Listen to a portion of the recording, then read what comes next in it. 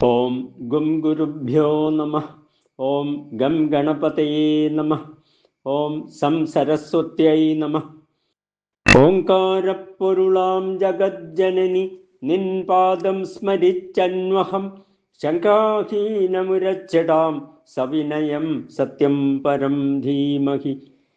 ആരാശര്യവചഃ സരോജമമലം ഗീതാർത്ഥഗന്ധോത്കടം നാനാഖ്യാനകകേസരം ഹരികഥാസംബോധനാബോധിതം ലോകേ സജ്ജനഷട്പദൈരഹരഃ പേപീയമാനം മുദാ ഭൂയാത് ഭാരതപങ്കജം കലിമലപ്രധ്വംസി നഃ ശ്രേയസേ.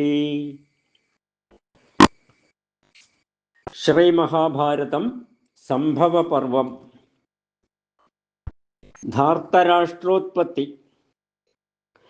അന്നു ഗാന്ധാരി തനിക്കുണ്ടായി ഗർഭമെന്നു മന്നവൻ പാണ്ഡു കേട്ടു ചിന്തിച്ചു വാഴും കാലം കുന്തിയോടുര ചെയ്തു സന്തതിയുണ്ടാക്കുവാൻ എന്തൊരു കഴിവെന്നു മന്ത്രിച്ച നേരമവൾ മന്ത്രത്തിൻ ബലം കൊണ്ടു ധർമ്മരാജനെ പ്രാപിച്ചന്തരം കൂടാതൊരു നന്ദനൻ തന്നെ പെറ്റാൾ. കുന്തിക്കു നന്നായൊരു സന്തതിയുണ്ടായതു ചിന്തിച്ചു ഗാന്ധാരിയുമുദരം കലക്കിനാൾ. ഗർഭവും ഒരു മാംസപിണ്ഡമായി പിറന്നിതു. അപ്പോഴേ വേദവ്യാസനവിടക്കെഴുന്നള്ളി പിണ്ടത്തെ മുനി 100 ഖണ്ഡമായി ഖണ്ഡിച്ചൊക്കെ കുണ്ടികൾ തന്നിലാക്കി ശേഷിച്ച ലേശത്തെയും കുന്തിയും മന്ത്രം കൊണ്ടു മാരുതദേവൻ തന്നെ ചിന്തിച്ചു പുണർന്നപ്പോൾ ഗർഭവുമുണ്ടായി വന്നു. അക്കാലമൊരു നിശി മാംസഖണ്ഡത്തിലൊന്നു പുൽക്കലശവും പൊട്ടിപ്പുറത്തു പുറപ്പെട്ടു. ദുര്യോധനനായ തവൻ പോലതു നേരം പെരികെ ദുർനിമിത്തമുണ്ടായതെന്നു കേൾപ്പൂ. പിറ്റേന്നാളുച്ചയാമ്പോൾ കുന്തിയും ഭീമൻ തന്നെ പെറ്റിതു. ശുഭമായ മരുവും ലഗ്നം കൊണ്ടേ ഓരോരോ ദിനം തോറും ഓരോരോ കുംഭം ഭേദിച്ചോരോരോ തനയന്മാർ ഗാന്ധാരിക്കുണ്ടായി വന്നു. ദുര്യോധനൻ ജ്യേഷ്ഠൻ, അനുജൻ ദുശാസനൻ, ദുർധർഷൻ, ദുർമുഖനും ജലസന്ധനും സഹൻ, സാമ്പനും വിന്ദൻ, അനുവിന്ദനും ദുഷ്പ്രസഹൻ, ചൊല്ലഴും സുബാഹുവും ദുഷ്പദർശനൻ താനും, ദുർമദൻ, ചിത്രയോധി, ദുഷ്കർണൻ, കർണൻ, പിന്നെ കേട്ടുകൊണ്ടാലും വിവിംശതിയും വികർണനും, ജലസന്ധനും സുലോചനനും ചിത്രാഖ്യനും വിചിത്രൻ ചിത്രാക്ഷനും പിന്നേവനായിടുന്നു. ചാരുചിത്രാശരാസനൻ താനും, ദുർധർഷണൻ, ദുഷ്പദർശാഖ്യൻ താനും, വിവിത്സു വികടനും, ശമനുമൂർണനാഭൻ, പിന്നേവൻ സുനാഭനും, നന്ദനാരാവും ഉപനന്ദനും സേനാപതി, കേട്ടാലും സുഷേണനും, പിന്നെ കുണ്ടോദരനാം ചൊല്ലുവൻ മഹോദരൻ, പിന്നേവൻ ചിത്രധ്വജൻ, ചിത്രരഥാഖ്യൻ, ചിത്രബാഹുവും അമിത്രജിത്തം, ഛത്രബാഹുവും, ചിത്രവർമാവും സുവർമാവും, ദുർവിമോചനൻ, ചിത്രസേനനും സുചിത്രനും, ചിത്രവർമ്മധൽപരാജിതനും പണ്ഡിതകൻ,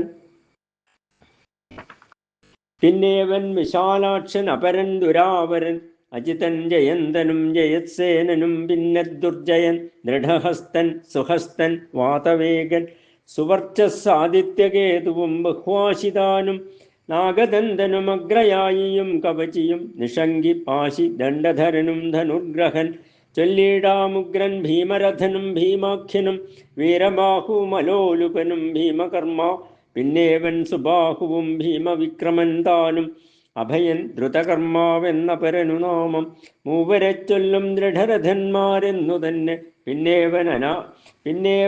പിന്നേവൻ അനാധൃഷ്യൻ, അപരൻ കുണ്ടഭേദി, ചൊല്ലഴും വിരോധിയും ദീർഘലോചനൻ താനും, പിന്നേവൻ ദീർഘധ്വജൻ, പിന്നേവൻ ദീർഘഭുജൻ, പിന്നേവൻ അദീർഘനും ദീർഘബാഹു, പിന്നേവൻ മഹാബാഹു വ്യൂഢോരസ്കനും, പിന്നെ കനകധ്വജൻ, മഹാകുണ്ടനും കുണ്ടൻ താനും, കുണ്ടജൻ, ചിത്രമനുമനസ്വാൻ